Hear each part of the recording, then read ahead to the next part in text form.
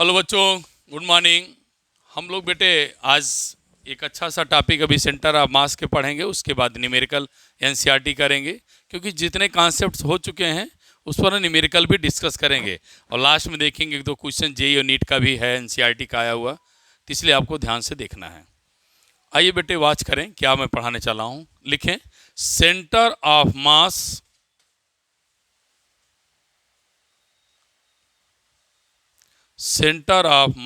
of uniform rod.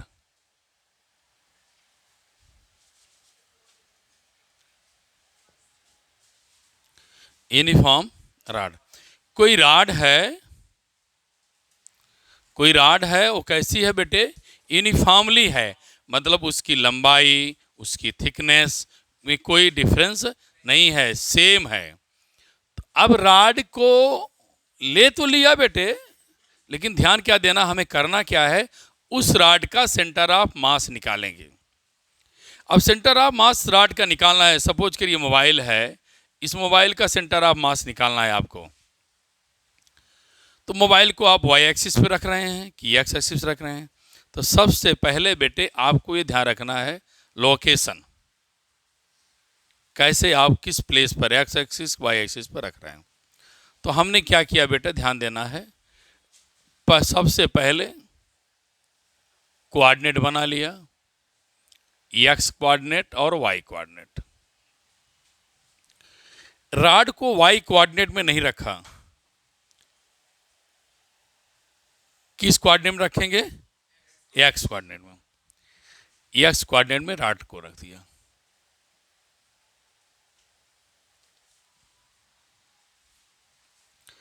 अब x coordinate में rod को रखा, निकालना क्या है? सेंटर ऑफ मास। तो सबसे पहले सेंटर ऑफ मास निकालने से पहले सुन ले बेटे, सपोज किया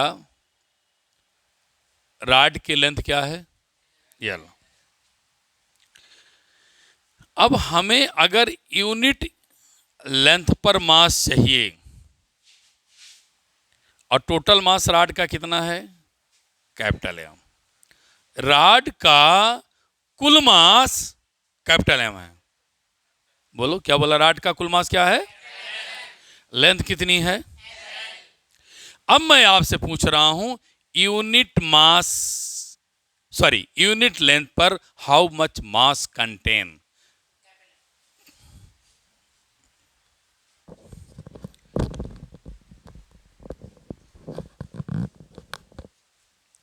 क्या लिखेंगे? मास per unit length. Unit length पर कितना मास होगा बेटे? पूरे मास को लेंथ से डिवाइड कर देंगे। मेरी बात समझ में आ गई? पूरा मास, होल लेंथ, यूनिट लेंथ पर बेटे, यूनिट लेंथ पर कितना मास है? एम अपान एल। अब मुझे यूनिट लेंथ पर मास मिल गया। सपोज करते हैं यहां से डिस्टेंस कितनी है? एक्स। एलिमेंट पोर्शन कितना है? dx। dx पोर्शन पर कितना मास पाया जाएगा बेटे? यूनिट लेंथ पर इतना मास, और इस पोर्शन पे कितना मास, उसकी लेंथ से मल्टीप्लाई कर देंगे। जब यूनिट लेंथ पर इतना मास है, इस पूरे लेंथ पर कितना मास होगा? मल्टीप्लाई कर देंगे। क्या लिखेंगे? Mass of small length dx।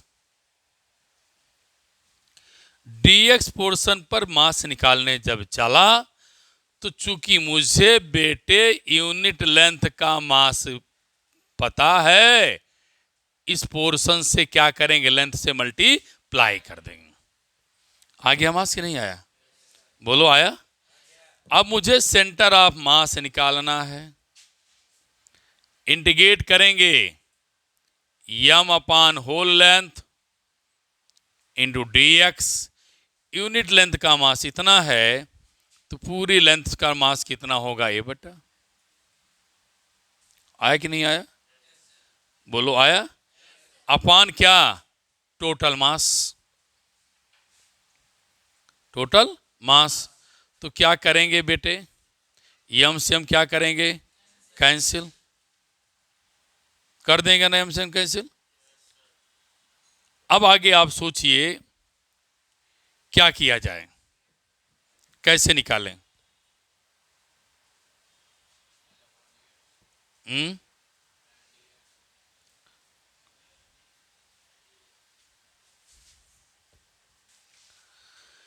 अब बेटे ध्यान ये देना है, स्मॉल एलिमेंट पोर्शन पर इतना मास है, ये तो मास तो मैं लिख दिया। सेंटर ऑफ मास जब निकालते हैं तो मास इंटू क्या लिखते हैं? डिस्टेंस। तो डिस्टेंस कितना है? एक्स। अब जब यम से हम कैंसिल कर देंगे तो आपको क्या मिलेगा? 0 से एल ना बेटे, और क्या मिलेगा? एक्स डी एक्स अपान एल। देखिए हम लोग जब सेंटर ऑफ मास निकालेंगे ना तो मास इंटू क्या? पोजीशन। तो यहाँ का मास कितना है? यम अपान एल इंटू डी एक्स। यहाँ से डिस्टेंस कितनी है? एक्स अपान टोटल मास। बोलो। तो अब बेटे क्या करेंगे? एल को बाहर ले लिया, यहाँ पावर कितनी है? 1। तो एक्स की पावर 1 प्लस 1 अपान 1 प्लस 1, 0 से क्या मिलेगा? एल। 0 से क्या मिलेगा? एल।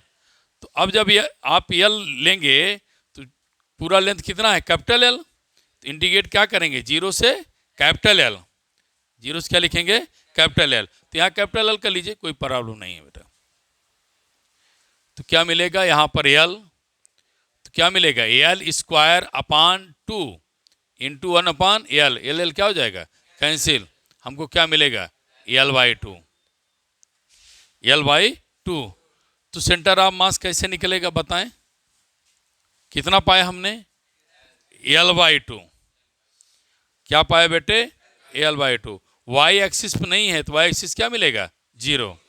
हमने जो मास कंसीडर किया है केवल एक्स एक्सिस किया है, वाई एक्सिस पर नहीं लिया है।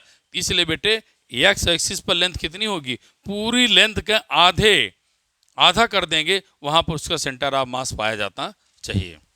फिर से देखें, centre of mass of uniform rod है। कोई मैंने रॉड लिया, उसको कहाँ रख दिया बेटा? एक्स एक्सिस पे। पूरी लेंथ कितनी है? एल।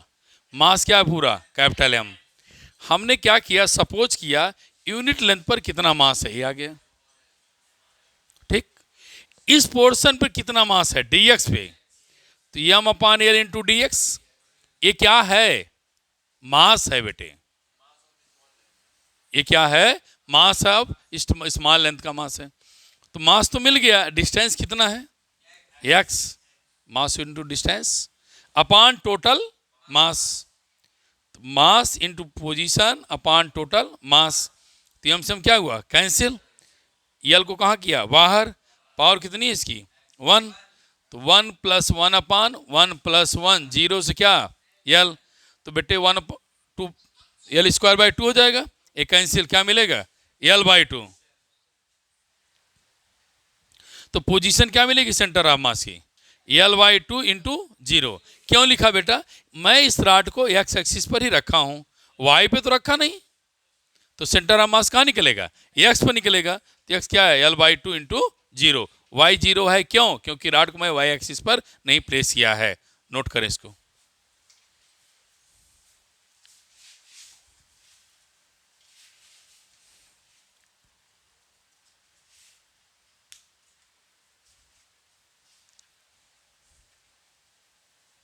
मैंने रॉड का सेंटर ऑफ मास निकाला है।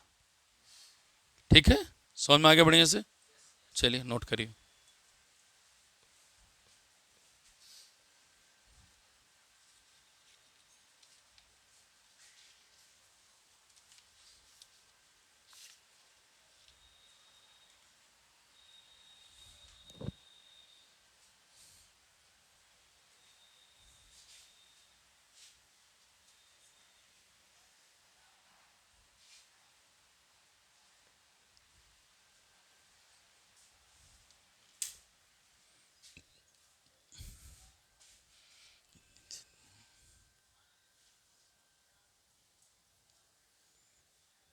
इसमें कुछ है नहीं, बहुत ध्यान देना है।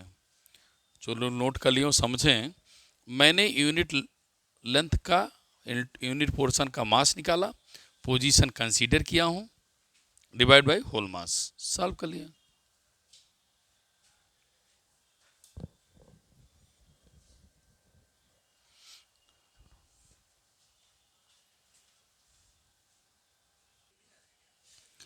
अब अगला टॉपिक लिखो बेटा, मैं इसको कंप्लीट हो गया है, मिटा दे रहा हूँ। Centre of mass of rigid body, centre of mass of rigid body.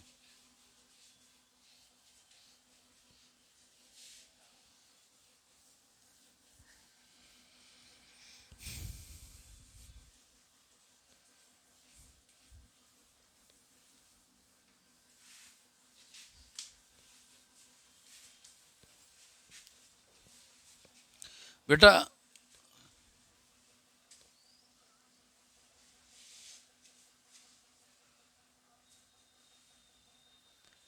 हम लोग ये जानते हैं कोई भी सिस्टम क्या है, collection of large number of particles. System क्या है, collection of large number of particles. तो बेटे सपोज किया कि कोई सिस्टम है made up by m1 m2 m3 dot dot mn particles. Their corresponding position R1, R2, R3, Rn। ये कोई बॉडी है जिसके बेटे हमें n पार्टिकल से बने हुए हैं, m1 m2 m3 dot dot mn particle, their corresponding position R1 R2 dot dot Rn। ऐसे केस में फॉर्मूला क्या है बेटे, सेंटर ऑफ मास, अभी मैं बात किया था, divide by whole mass, summation. Summation क्या बेटा, देखो I equal to 1 to n, मैंने अभी बताया था क्या, पोजीशन मास इनटू, क्या बोलो, मास into position. Centre of mass क्या है, मास into position upon whole total mass, बोलो, प्लस m2 r2 अपान टोटल मास। कहने का मतलब हुआ m1 r1 m2 r2 m3 r3 dot dot mn rn अपान टोटल मास।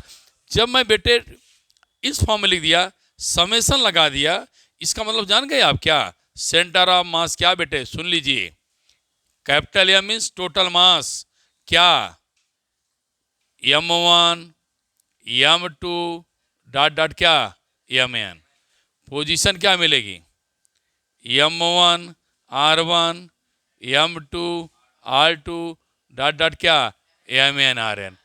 ये आप तो पढ़ रखा है ना। अब अगर कोई कहता है कि सर एक्स एक्सिस निकालिए, centre of mass x axis निकालने के लिए बेटा आप क्या लिखोगे, अभी बताया था, पोजीशन, बोलिए, मास अपान टोटल मास। वाई एक्सिस पे पोजीशन मास अपान क्या टोटल मास। जेड एक्सिस पे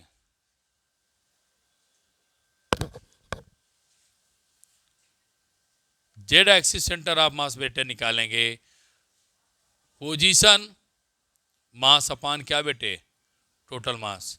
इस तरीके से हम लोगों ने क्या किया बेटा, किसी भी रिजिड बॉडी का एक्स एक्सिस के लॉन्ग सेंटर ऑफ मास कैसे निकलेगा, mass into mass into position upon whole mass, mass into position upon whole mass. X axis x की position, y axis y position, z है तो Z axis position. अभी क्या किया था रॉड के केस में, क्या लिखा था, मास अपान पोजीशन अपान क्या टोटल मास। नोट करें बेटा इसको।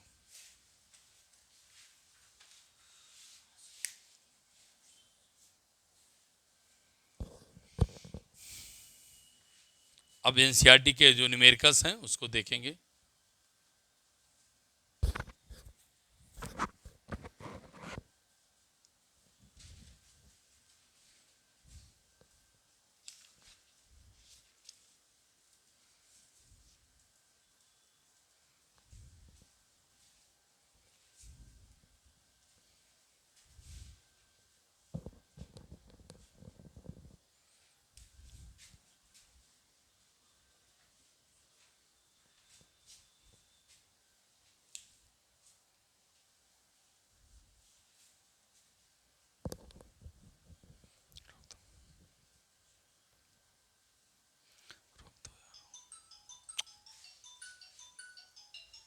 बेटे अब न्यूमेरिकल हम सेंटर ऑफ मास के देखेंगे।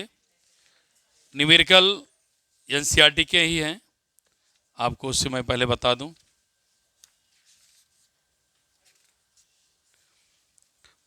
फर्स्ट सेकंड करा दिया बेटा, थर्ड आपको देखना है। क्वेश्चन है बेटे, ध्यान से सुनेंगे। A child is sits stationary at one end of long trolley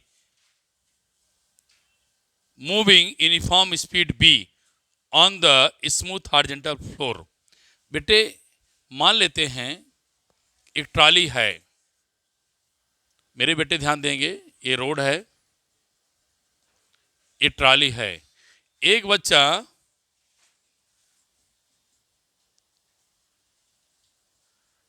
यहां बैठा है वन एंड पे।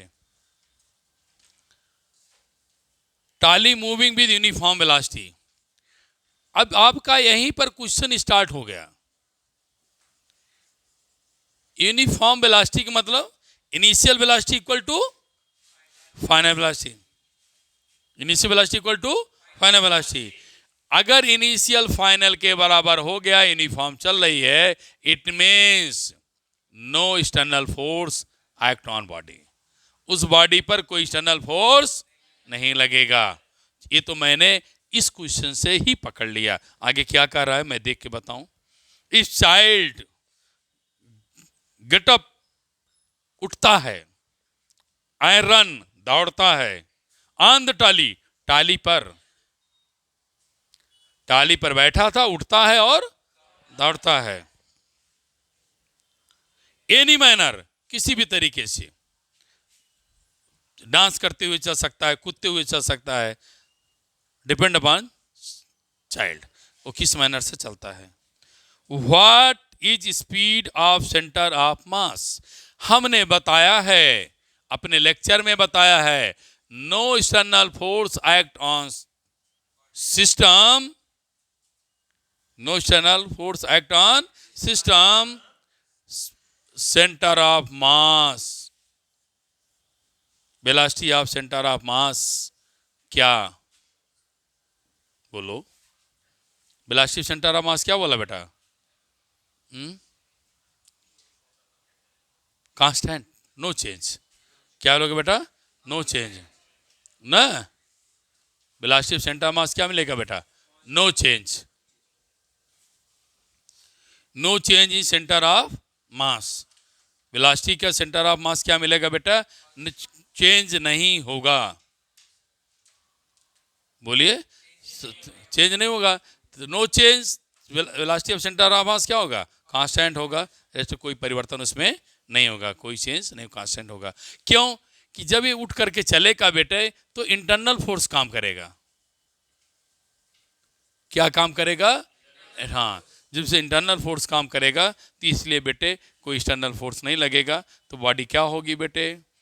कांस्टेंट वेलोसिटी से क्या करेगी? चलेगी। मोमेंटम क्या होगा? कांस्टेंट होगा। वेलोसिटी भी क्या होगी? कांस्टेंट होगी। इसलिए कोई चेंज नहीं होगा। नोट करिए।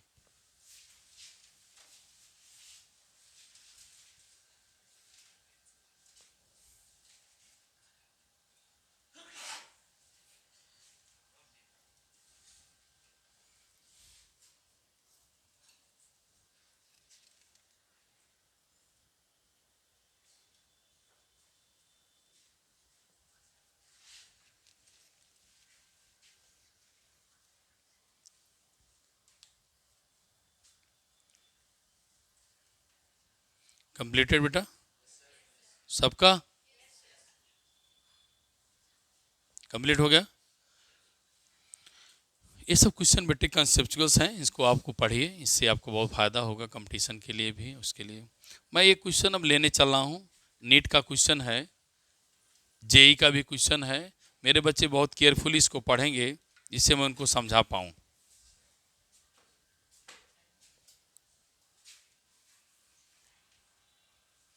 क्वेश्चन नंबर 16 बेटे,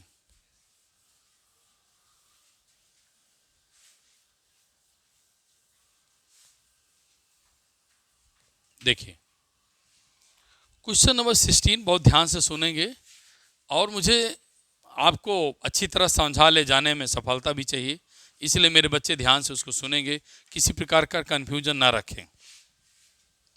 टफ है, ध्यान देना, टफ नहीं लगेगा। A uniform disc of radius R, एक बेटे हमारे पास डिश है जिसकी रेडियस क्या है बेटे? आर है। जिसकी रेडियस क्या है? आर। चलिए अब मान लेते हैं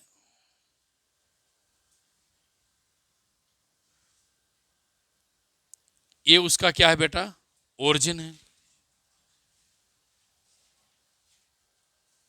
और यहां पर मास m1 है। मास क्या है? m1 है। अब m1 की वैल्यू कैसे निकालेंगे? तो मैं सपोज करूंगा, सपोज क्या, मास ऑफ यूनिट एरिया। बेटे ध्यान देना, बड़ा सुंदर टॉपिक है। यूनिट एरिया पर, यहां यूनिट एरिया का मास क्या है? Small m। मैं पूरा क्वेश्चन पढ़ा नहीं अभी, मैं भी रोक दे रहा हूं, समझाते चल रहा हूं। यूनिट एरिया का मास स्मॉल m है। इस पूरी एरिया पर कितना मास होगा? Mass of whole disc. कैसे निकालेंगे? एरिया क्या मिलेगी? पाई आर स्क्वायर और यूनिट एरिया के मास से मल्टीप्लाई। यूनिट एरिया के मास को पूरी एरिया से मल्टीप्लाई कर देंगे, कितना मास इस डिस्क पर डिस्ट्रीब्यूटेड है। आ गया? नहीं समझ में आया? समझ में आ गया? मेरी बॉडी का कितना मास है? यूनिट एरिया पर मास आपने मेजर कर लिया, पूरी एरिया से मल्टीप्लाई कर लिया, आ गया। कोई समस्या नहीं? तो मैंने इसको क्या माना बेटा? m1। इसको क्या मान लिया? बोलो। हाँ, m1। कोऑर्डिनेट इसका क्या मिलेगा बेटा? 0 0। अगला question, the centre of hole is, the centre of hole is r/2 from centre of original disc. The centre of hole, एक होल कर लिया जाता है, ध्यान देना बेटा, द सेंटर ऑफ होल, एक होल है, एक सुराख है, एट रेडियस कितनी है? r/2 from original disc. Original disc से r/2 रेडियस का एक सुराख कर दिया जाता है। बेटे इस बॉडी में सुराख कैसे करोगे? ड्रिल मशीन से सुराख करोगे। बोलिए। डिस्क का मतलब इसकी मास डिस्ट्रीब्यूटेड है। जब ड्रिल होल करने का मतलब क्या हुआ?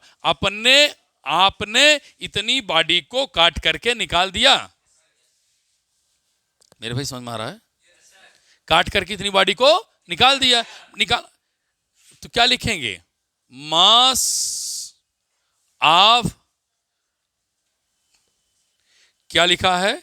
Mass of cut portion. Mass of cut portion. कटे हुए भाग का मास क्या मानोगे? m2। कैसे निकालोगे? कटे हुए भाग की एरिया पाई r/2 का होल स्क्वायर। आया एरिया कि नहीं बोलो? कटे हुए भाग की एरिया आ गई, और यूनिट एरिया पर इतना मास, कटे हुए भाग की एरिया से क्या करेंगे? मल्टीप्लाई कर देंगे। समझाने में कामयाब नहीं हुआ? समझ में आ गया ना? बड़ा आसान है। यूनिट एरिया पे इतना मास, पूरी एरिया से मल्टीप्लाई, मास आ गया। जितना भाग आपने काट के निकाला उसको उस यूनिट एरिया के मास से मल्टीप्लाई कर दिया, काट के निकाल दिया। तो अब सेंटर ऑफ मास से काट के निकालेंगे, कहीं बाहर भागेगा। मान लेते कहां मिल गया? ओ डैश पे। सेंटर ऑफ मास कम होगा ना, डिस्टर्ब होगा बेटे। नहीं समझ में आया? जैसे मान लीजिए मैंने इस बुक को लिया है, यहां पे रोका है, रोक दिया ना, रुक गई। आपने क्या किया? थोड़ा सा पोर्शन काट करके यहां से क्या किया? निकाल दिया। जब थोड़ा सा पोर्शन काट निकालोगे मेरे सेंटर ऑफ मास अपने बदल जाएगा। नहीं समझ में आया? हम उस पोजीशन को निकालना है, सेंटर ऑफ मास कहां कितनी दूर खिसक जाएगा। तो चलो निकालें। अभी बेटे आपको मिल गया, यहां पर पोजीशन मिल गया। अब पोजीशन कितनी है इसकी? r/2। इसको मान लिया x2 इक्वल टू क्या? r2। यहां दूरी कितनी है? r2, इसको क्या x2। यहां मान लो x1 क्या है बेटा? 0 0। यहां पे क्या है? 0 0। यहां कोऑर्डिनेट क्या होगा? r/2 इंटू क्या? 0। और एक कटा हुआ भाग क्या है? m2। नहीं समझ में आया? सबको आया बढ़िया से? नहीं आया? कटा हुआ भाग कितना है? m2। कटे हुए भाग का मास, एरिया को यूनिट एरिया के मास से मल्टी। कितना दूर है बेटा कटा हुआ भाग? r/2 0। हम इस पर माइनस निकाल लगा देते हैं। माइनस यह इंडिकेट कर रहा है कि काट करके निकाला हुआ भाग। मेरे बच्चे ध्यान देंगे, नीट में आया हुआ क्वेश्चन है, नीट और जेई का आया हुआ क्वेश्चन है, इसलिए आप लोग इसको इतनी आसानी से गंभीरता से नहीं पढ़ेंगे कि उसके आप छोड़ दें। अब आइए सेंटर ऑफ मास निकालें बेटा। सेंटर ऑफ मास क्या? m1 x1 m2 x2 अपान m1 प्लस m2। अब मेरे बच्चे मैं मंजिल पहुंच गया, क्या रखूंगा? m pi r square x1 0 plus m r/2 का hole square into m distance r/2। बोलो आया?